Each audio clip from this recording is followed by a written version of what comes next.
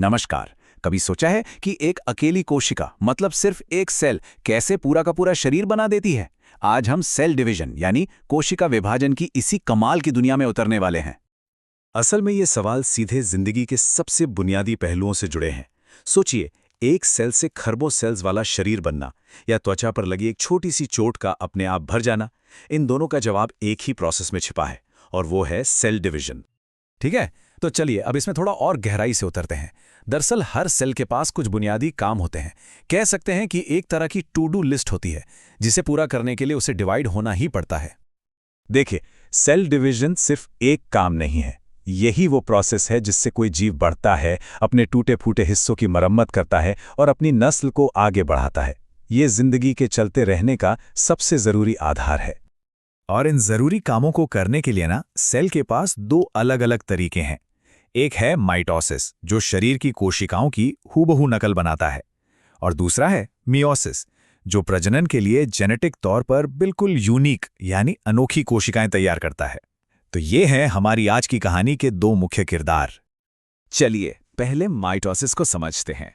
इसे आप एक बहुत ही हाईटेक और सटीक सेलुलर फोटोकॉपियर की तरह समझ सकते हैं, जिसका एक ही काम है परफेक्ट कॉपीज बनाना, बस।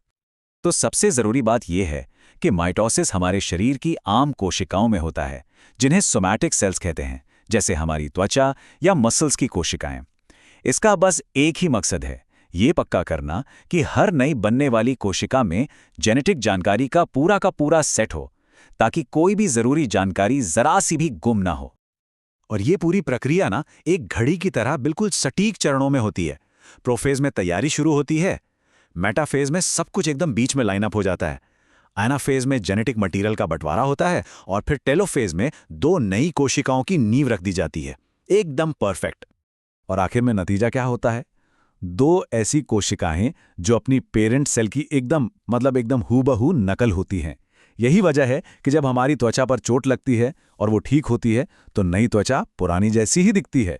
मतलब हमारा सेल्यूलर फोटोकॉपियर अपना काम बहुत अच्छे से करता है। पर यहीं पर कहानी में एक बहुत दिलचस्प मोड़ आता है। अगर सब कुछ सिर्फ कॉपी पेस्ट होता तो हर कोई अपने माता पिता की एग्जैक्ट कॉपी होता है ना?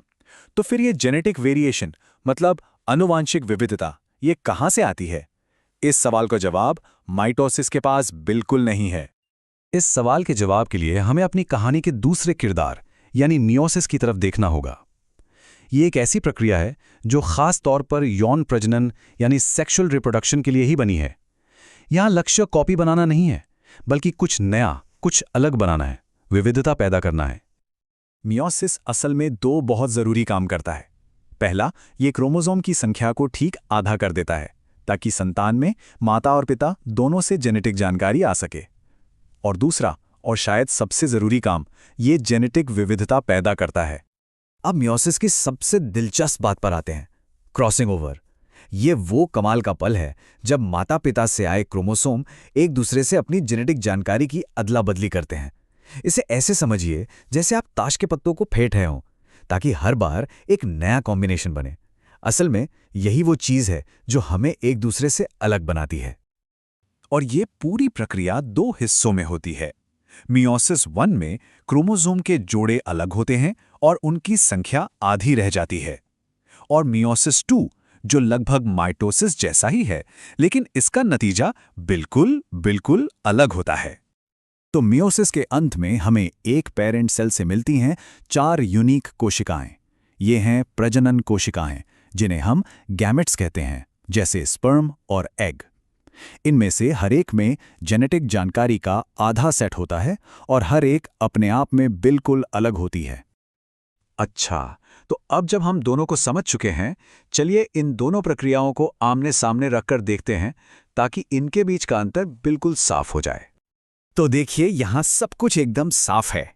माइटोसिस का मकसद है स्थिरता, ग्रोथ और रिपेयर, जबकि मियोसिस का मकसद है विविधता लाना। माइटोसिस में होता है सिर्फ एक डिवीजन, मियोसिस में 2। माइटोसिस से बनती हैं 2 एक जैसी कोशिकाएं, तो मियोसिस से 4, और चारों बिल्कुल अलग। और हां, सबसे बड़ा अंतर, माइटोसिस में जेनेटिक बदलाव नहीं होता, जबकि मियोसिस का तो पूरा खेल ही क्रॉसिंग ओवर और जेनेटिक वेरिएशन पर टिका है। ये दोनों प्रक्रियाएं अविश्वसनीय रूप से सटीक होती हैं, लेकिन कभी-कभी इनमें गलतियां हो जाती हैं और जब ऐसा होता है तो इसके नतीजे बहुत गंभीर हो सकते हैं और यही बात हमें इन प्रक्रियाओं के महत्व का और भी ज्यादा एहसास दिलाती है। मिसाल के तौर पर, अगर माइटोसिस के कंट्रोल सिस्टम फेल हो जाते हैं तो कोशिकाएं बिना रुके अनियंत्रित रूप से डिवाइड होने लगती हैं और यही चीज कैंसर का मूल कारण है। वहीं अगर मियोसिस में क्रोमोसोम का बंटवारा ठीक से नहीं होता तो डाउन सिंड्रोम जैसे जेनेटिक डिसऑर्डर हो सकते हैं। ये दिखाता है कि इन प्रक्रियाओं का सटीक होना हमारे लिए कितना ज्यादा जरूरी है। तो हमारे शरीर की ग्रोथ और रिपेयर से लेकर हमारी नस्ल के आगे बढ़ने तक माइटोसिस और मियोसिस जिंदगी के दो सबसे बुनियादी काम करते हैं।